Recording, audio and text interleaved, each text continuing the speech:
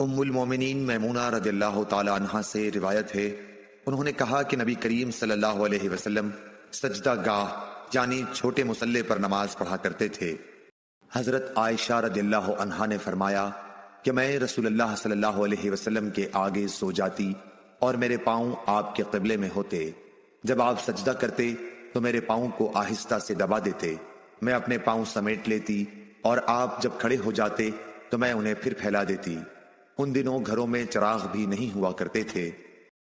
عروہ نے خبر دی کہ حضرت عائشہ رضی اللہ تعالی عنہا نے انہیں بتایا کہ رسول اللہ صلی اللہ علیہ وسلم اپنے گھر کے بچھونے پر نماز پڑھتے اور حضرت عائشہ رضی اللہ تعالی عنہا آپ کے اور قبلے کے درمیان اس طرح لیٹی ہوتیں جیسے نماز کے لیے جنازہ رکھا جاتا ہے۔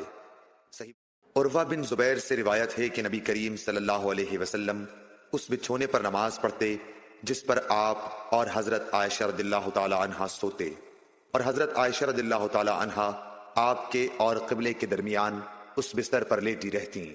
صحیح انس بن مالک رضی اللہ تعالی عنہ نے کہا کہ ہم نبی کریم صلی اللہ علیہ وسلم کے ساتھ نماز پڑھتے تھے، پھر سخت گرمی کی وجہ سے کوئی ہم میں سے اپنے کپڑے کا کنارہ سجدے کی جگہ رکھ لیتا۔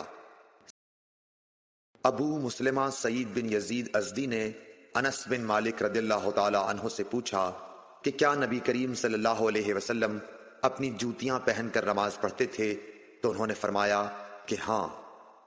ابراہیم نخعی حمام بن حارث سے روایت کرتے تھے، انہوں نے کہا کہ میں نے جریر بن عبداللہ کو دیکھا، انہوں نے پیشاب کیا، پھر وضو کیا اور اپنے موزوں پر مسح کیا، پھر کھڑے ہوئے اور موزوں سمیت نماز پڑھی۔ آپ سے جب اس کے متعلق پوچھا گیا تو فرمایا کہ میں نے نبی کریم صلی اللہ علیہ وسلم کو ایسا ہی کرتے دیکھا ہے۔ ابراہیم نخعی نے کہا کہ یہ حدیث لوگوں کی نظر میں بہت پسندیدہ تھی کیونکہ جریر رضی اللہ تعالی عنہ آخر میں اسلام لائے تھے۔ مغیرہ بن شعبہ نے کہا کہ میں نے نبی کریم صلی اللہ علیہ وسلم کو وضو کرایا، آپ نے اپنے موزوں پر مسح کیا اور نماز پڑھی۔ صحیح بخاری۔ حذیفہ رضی اللہ تعالی عنہ نے ایک شخص کو دیکھا جو رکوع اور سجدہ پوری طرح نہیں کرتا تھا۔ جب اس نے اپنی نماز پوری کر لی تو حذیفہ رضی اللہ تعالی عنہ نے فرمایا کہ تم نے نماز ہی نہیں پڑھی۔ ابو وائل راوی نے کہا میں خیال کرتا ہوں کہ حضرت حذیفہ رضی اللہ تعالی عنہ نے یہ بھی فرمایا کہ اگر تو ایسی ہی نماز پر مر جاتا تو حضرت صلی اللہ علیہ وسلم کی سنت پر نہیں مرتا۔ صحیح بخاری۔ عبداللہ بن مالک بن بحینہ سے روایت ہے کہ نبی کریم صلی اللہ علیہ وسلم جب نماز پڑھتے تو اپنے بازوؤں کے درمیان اس قدر کشادگی کر دیتے کہ دونوں بغلوں کی سفیدی ظاہر ہونے لگتی تھی، اور لیث نے یوں کہا کہ مجھ سے جعفر بن ربیعہ نے اسی طرح حدیث بیان کی۔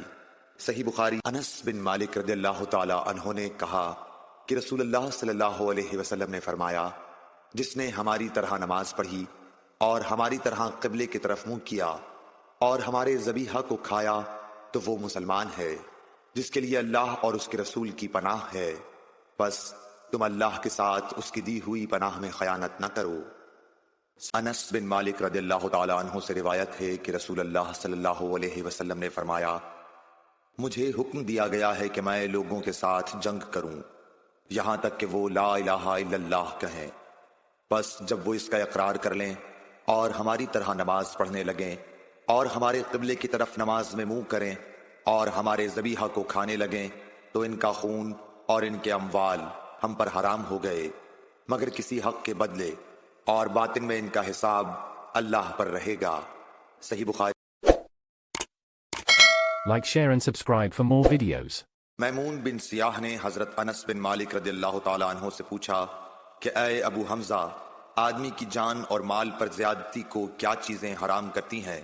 تو انہوں نے فرمایا کہ جس نے گواہی دی کہ اللہ کے سوا کوئی معبود نہیں اور ہمارے قبلے کی طرف منہ کیا اور ہماری نماز کی طرح نماز پڑھی اور ہمارے ذبیحہ کو کھایا تو وہ مسلمان ہے، پھر اس کے وہی حقوق ہیں جو عام مسلمانوں کے ہیں، اور اس کی وہی ذمہ داریاں ہیں جو عام مسلمانوں پر ہیں۔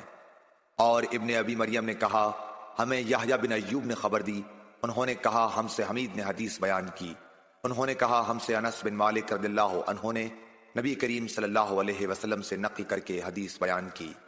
صحیح ابو ایوب انصاری رضی اللہ تعالیٰ عنہ سے روایت ہے کہ رسول اللہ صلی اللہ علیہ وسلم نے فرمایا جب تم قضائے حاجت کے لیے جاؤ تو اس وقت نہ قبلے کی طرف منہ کرو اور نہ پیٹھ کرو، بلکہ مشرق یا مغرب کی طرف اس وقت اپنا منہ کر لیا کرو۔ ابو ایوب نے فرمایا کہ ہم جب شام میں آئے تو یہاں کے بیت الخلاء قبلہ رخ بنے ہوئے تھے۔ جب ہم قضائے حاجت کے لیے جاتے تو ہم مڑ جاتے اور اللہ عز و جل سے استغفار کرتے تھے۔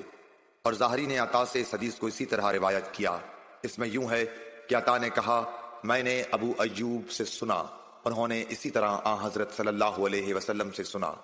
صحیح عمرو بن دینار نے کہا ہم نے عبداللہ بن عمر رضی اللہ تعالیٰ عنہ سے ایک ایسے شخص کے بارے میں پوچھا جس نے بیت اللہ کا طواف عمرے کے لیے کیا لیکن صفا اور مروہ کی سعی نہیں کی، کیا ایسا شخص بیت اللہ کے طواف کے بعد اپنی بیوی سے صحبت کر سکتا ہے؟ آپ نے جواب دیا کہ نبی کریم صلی اللہ علیہ وسلم تشریف لائے، آپ نے 7 مرتبہ بیت اللہ کا طواف کیا اور مقام ابراہیم کے پاس 2 رکعت نماز پڑھی، پھر صفا اور مروہ کی سعی کی، اور تمہارے لیے نبی کریم صلی اللہ علیہ وسلم کی زندگی بہترین نمونہ ہے۔ عمرو بن دینار نے کہا ہم نے جابر بن عبداللہ سے بھی یہ مسئلہ پوچھا تو آپ نے بھی یہی فرمایا کہ وہ بیوی کے قریب بھی اس وقت تک نہ جائے جب تک صفا اور مروہ کی سعی نہ کر لے۔ سیف بن ابی سلیمان نے کہا کہ میں نے مجاہد سے سنا، انہوں نے کہا کہ ابن عمر کی خدمت میں ایک آدمی آیا اور کہنے لگا اے لو، یہ رسول اللہ صلی اللہ علیہ وسلم آن پہنچے اور آپ کعبے کے اندر داخل ہو گئے۔ ابن عمر نے کہا کہ میں جب آیا تو نبی کریم صلی اللہ علیہ وسلم کعبے سے نکل چکے تھے، میں نے دیکھا کہ بلال دونوں دروازوں کے سامنے کھڑے ہیں۔ میں نے بلال سے پوچھا کہ کیا نبی کریم صلی اللہ علیہ وسلم نے کعبے کے اندر نماز پڑھی ہے؟ انہوں نے کہا کہ ہاں، 2 رکعت ان 2 ستونوں کے درمیان پڑھی تھی جو کعبے میں داخل ہوتے وقت بائیں طرف واقع ہیں۔ پھر جب باہر تشریف لائے تو کعبے کے سامنے 2 رکعت نماز ادا فرمائی۔ صحیح Like, share and subscribe for more videos.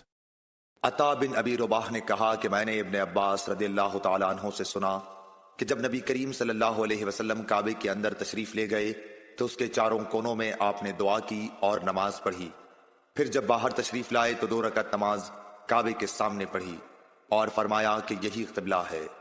صحیح بخاری۔ حضرت برا بن عازب رضی اللہ تعالیٰ عنہ سے روایت ہے کہ نبی کریم صلی اللہ علیہ وسلم نے 16 یا 17 ماہ تک بیت المقدس کی طرف منہ کر کے نمازیں پڑھیں، اور رسول اللہ صلی اللہ علیہ وسلم دل سے چاہتے تھے کہ کعبے کی طرف منہ کر کے نماز پڑھیں۔ آخر اللہ تعالیٰ نے یہ آیت نازل فرمائی ہم آپ کا آسمان کی طرف بار بار چہرہ اٹھانا دیکھتے ہیں۔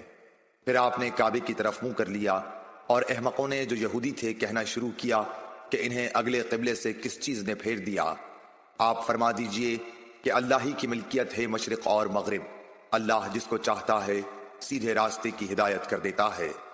جب قبلہ بدلا تو ایک شخص نے نبی کریم صلی اللہ علیہ وسلم کے ساتھ نماز پڑھی، پھر نماز کے بعد وہ چلا اور انصار کی ایک جماعت پر اس کا گزر ہوا جو عصر کی نماز بیت المقدس کی طرف منہ کر کے پڑھ رہے تھے۔ اس شخص نے کہا کہ میں گواہی دیتا ہوں کہ میں نے نبی کریم صلی اللہ علیہ وسلم کے ساتھ وہ نماز پڑھی ہے جس میں آپ نے موجودہ قبلہ کعبے کی طرف منہ کر کے نماز پڑھی ہے۔ پھر وہ جماعت نماز کی حالت میں ہی مڑ گئی اور کعبے کی طرف منہ کر لیا۔ صحیح جابر بن عبداللہ نے فرمایا کہ نبی کریم صلی اللہ علیہ وسلم اپنی سواری پر خواہ اس کا رخ کسی طرف ہو نفل نماز پڑھتے تھے، لیکن جب فرض نماز پڑھنا چاہتے تو سواری سے اتر جاتے اور قبلے کی طرف منہ کر کے نماز پڑھتے۔ Like, share and subscribe for more videos.